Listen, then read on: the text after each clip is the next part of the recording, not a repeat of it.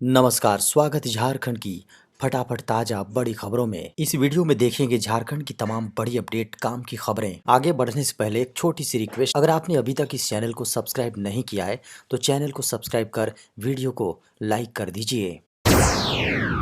आज की सबसे पहली और बड़ी खबर, आज से शुरू होगा झारखंड विधानसभा का बजट सत्र। दोस्तों, बड़ी खबर है, झारखंड विधानसभा का बजट सत्र आज से शुरू हो रहा है। आगामी 25 मार्च तक चलने वाले इस बजट सत्र में 17 कार्य दिवस होंगे। सत्र की शुरुआत 25 फरवरी को राज्यपाल के अभिभाषण के साथ होगी। बजट के दौरान 4 दिन मुख्यमंत्री प्रश्नकाल होंगे। हर सोमवार को प्रश्नकाल के बाद आधे घंटे के लिए मुख्यमंत्री प्रश्नकाल निर्धारित होगा।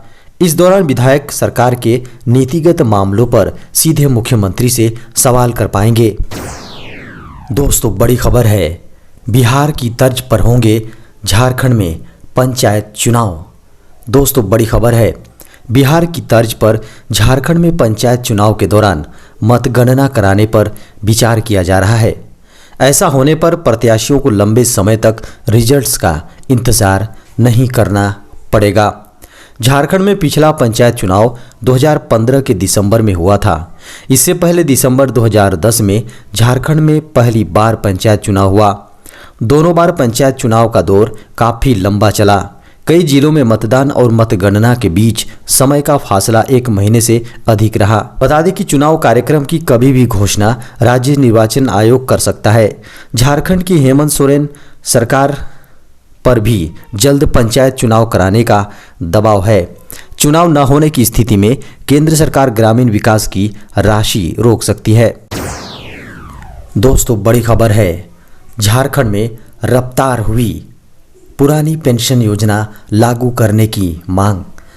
झारखंड सरकार पर भी पुरानी पेंशन योजना लागू करने का दबाव बढ़ गया है। दिसंबर 2004 के बाद सरकारी कर्मचारियों के लिए पूर्व से लागू सुनिश्चित पुरानी पेंशन योजना को खत्म कर शेयर बाजार आधारित नई पेंशन योजना लागू कर दी गई। राज्य के कर्मचारी संगठनों ने गुरुवार को मुख्यमंत्री हेमंत सोरेन से मिलकर राजस्थान सरकार की तरह झारखंड में भी पुरानी पेंशन योजना लागू करने की मांग की है। झारखंड के सीएम हेमंत सोरेन से गुरुवार को कांके रोड रांची स्थित मुख्यमंत्री आवासीय कार्यालय में पुरानी पेंशन बहाली की मांग कर रहे सरकारी कर्मचारी संघ के एक प्रतिनिधि मंडल ने मुलाकात की। सरकारी कर्मचारी संघ के सदस्यों ने मुख्यमंत्री के समक्ष कहा कि वर्तमान सरकार से उन्हें काफ़ी उम्मीदें हैं। दोस्तों, बड़ी खबर है, झारखंड में 24 मार्च से शुरू होगी झारखंड मैट्रिक और इंटरमीडिएट की परीक्षा। झारखंड 10वीं और 12वीं बोर्ड की परीक्षा 24 मार्च से शुरू होगी। झारखंड मैट्रिक और इंटरमीडिएट की परीक्षा को लेकर बोर्ड की ओर से तैयारियां भी शुरू कर दी गई हैं। शिक्षा विभाग ने मैट्रिक और इंटरमीडिएट की बोर्ड परीक्षा का टाइम टेबल वेबसाइट पर जारी कर दिया है। छात्र बोर्ड परीक्षा टाइम टेबल डाउनलोड कर सकते हैं।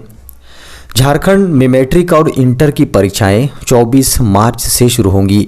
मैट्रिक की परीक्षाएं 20 अप्रैल तक, जबकि इंटर की परीक्षाएं 25 अप्रैल तक चलेगी। इंटर का प्रैक्टिकल और आंतरिक मूल्यांकन 3 से 22 मार्च तक, जबकि मैट्रिक का प्रैक्टिकल और आंतरिक मूल्यांकन 26 अप्रैल से 5 मई तक होगा। झारखंड एकेडमिक काउंसिल यानी जैक ने कार्यक्रम जारी कर दिया। मैट्रिक की परीक्षाएं पहली पाली और इंटर की दूसरी पाली में होगी। इस बार दिव्यांगों के लिए अलग से सेंटर तैयार किया जा रहा है। झारखंड में ऑनलाइन के साथ अब ऑफलाइन भी बनाए जाएंगे जाति प्रमाण पत्र। दोस्तों, बड़ी खबर है, झारखंड में जाति प्रमाण पत्र ऑनलाइन के साथ साथ अब ऑफलाइन भी बनेंगे। इसको लेकर कार्मिक विभाग की प्रधान सचिव वंदना दादेल की ओर से सभी विभागों के सचिव, प्रमंडलीय आयुक्त, उपायुक्त, जेपीएससी और जेएसएससी के सचिव को, जी हाँ, सचिव के साथ झारखंड संयुक्त प्रवेश परीक्षा परिषद के परीक्षा नियंत्रक को पत्र लिखा है। पत्र के माध्यम से जानकारी दी गई है कि राज्य के अनुसूचित जाति, अनुसूचित जनजाति, अत्यंत पिछड़ा वर्ग, अन्य पिछड़ा वर्ग के सदस्यों को जाति प्रमाण पत्र निर्गत करने के लिए झारखंड सरकार या भारत सरकार की ओर से मार्गदर्शन किया जी हाँ दर्शन दिया जाता रहता है। इसके मुताबिक प्रक्रिया एवं शर्तों का अनुपालन करते हुए समय समय पर निर्देश दिया जाता है। साथ ही प्रमाण पत्रों को जारी करने के लिए प्रमाण पत्र का प्रपत्र भी परिचालित किया जाता है। राज्य में 1141 पदों पर होगी भर्ती। राष्ट्रीय स्वास्थ्य अभियान झारखंड में कॉन्ट्रैक्ट पर बड़े पैमाने पर नियुक्ति होगी। चिकित्सकों, पारामेडिकल कर्मियों सहित कई श्रेणी में कुल 1141 पदों पर भर्ती की प्रक्रिया शुरू कर दी गई है। इन पदों पर भर्ती के लिए राष्ट्रीय स्वास्थ्य अभियान झारखंड द्वारा आवेदन आमंत्रित किए गए हैं। आवेदन की अंतिम तिथि 14 मार्च निर्धारित है। राष्ट्रीय स्वास्थ्य अभियान के जिन कार्यक्रमों के लिए भर्ती होगी उनमें राष्ट्रीय ग्रामीण स्वास्थ्य अभियान, राष्ट्रीय शहरी स्वास्थ्य अभियान, national oral health program, Ayush mission आदि शामिल हैं। इसके तहत पहली बार बड़ी संख्या में दंत चिकित्सकों, आयुष चिकित्सकों आदि की भी नियुक्ति अनुबंध पर होगी। मुख्यमंत्री श्री हेमंत सोरेन ने दिए सख्त निर्देश, कहा सभी वर्ग समुदाय के लोगों को लोन उपलब्ध कराएं बैंक। बुधवार को झारखंड के मुख्यमंत्री श्री हेमंत सोरेन ने किसानों को ध्यान में रखते हुए कुछ बातें कहीं। उन्होंने कहा कि बैंक झारखंड में सभी श्रेणी, सभी समुदायों के व्यक्तियों को लोन एवं अधिक से अधिक किसानों को किसान क्रेडिट कार्ड उपलब्ध कराने पर ध्यान केंद्रित करें। उन्होंने झारखंड मंत्रालय में राष्ट्रीय कृषि तथा ग्रामीण विकास बैंक नाबार्ड द्वारा आयोजित एक संगोष्ठी में कहा, मुझे आम जनता खास तौर पर महिलाओं ने बैंकों द्वारा ऋण प्रदान नहीं कराए जाने की शिकायतें की हैं। उन्होंने कहा कि आम जनों द्वारा बैंकों के प्रति शिकायतों से ऐसा लगता है कि जरूरतमंदों के साथ बैंकों का बर्ताव उदासीन रहता है। मुख्यमंत्री ने कहा कि लोन उपलब्ध कराने के प्रति उदासीन बर्ताव ठीक नहीं है, कार्यप्रणाली में सुधार करने की जरूरत है। उन्होंने कहा कि कोरोना संक्रमण महामारी के काल में जब कोरोना सृजन के सभी इंतजाम तकरीबन बंद थे, तब कृषि ही एक ऐसा क्षेत्र था जिससे अर्थव्यवस्था को बचाया जा सका। दोस्तों, बड़ी खबर है, झारखंड में त्रिस्तरीय पंचायत चुनाव की शुरू हुई तैयारी। झारखंड के मुख्यमंत्री हेमंत सोरेन ने झारखंड में पंचायत चुनाव की तैयारियां शुरू कर दी हैं। इससे ये संकेत मिल रहे हैं कि झारखंड पंचायत चुनाव का ऐलान जल्द होगा। सुप्रीम कोर्ट और भारत सरकार के निर्देश के बाद राज्य सरकार ने इस बार बगैर ओबीसी आरक्षण के चुनाव कराने की तैयारी की है। इधर राज्य निर्वाचन आयोग में चुनाव को लेकर 23 फरवरी से निर्वाची पदाधिकारियों का ट्रेनिंग शुरू हुई, जो 25 फरवरी तक चलेगी। बड़ी खबर है, बढ़ सकते हैं एलपीजी सिलेंडर के दाम। आम आदमी को एक बार फिर से महंगाई के कारण जोर का झटका लग सकता है। पहले से ही एक और पेट्रोल डीजल की कीमतें आसमान छूती नजर आ रही हैं। अब रसोई गैस की कीमतें भी उपभोक्ताओं को झटका देने वाली हैं। ऐसे में महंगाई की मार से परेशान आम लोगों के लिए अप्रैल 2022 से खाना बनाना महंगा हो सकता है। मार्च अप्रैल में देश में ईंधन की कीमतों में भारी वृद्धि हो सकती है। दरअसल रूस यूरोप को गैस सप्लाई करने का एक बड़ा स्रोत है। ऐसे में यूक्रेन संकट के चलते इस पर असर पड़ सकता है। यूक्रेन रूस संकट के गहराने से अंतर्राष्ट्रीय स्तर पर कच्चे तेल की कीमत $100 प्रति बैरल के करीब पहुंच गई है। बता दें कि देश में दिवाली के बाद से पेट्रोल डीजल की कीमत में कोई बड़े बदलाव नहीं हुए हैं। माना जा रहा है कि 5 राज्यों में हो रहे विधानसभा चुनावों के बाद पेट्रोल डीजल की कीमतों में भारी वृद्धि हो सकती है। इसके साथ ही अप्रैल से देश में गैस की कीमतें 2 गुनी हो सकती हैं।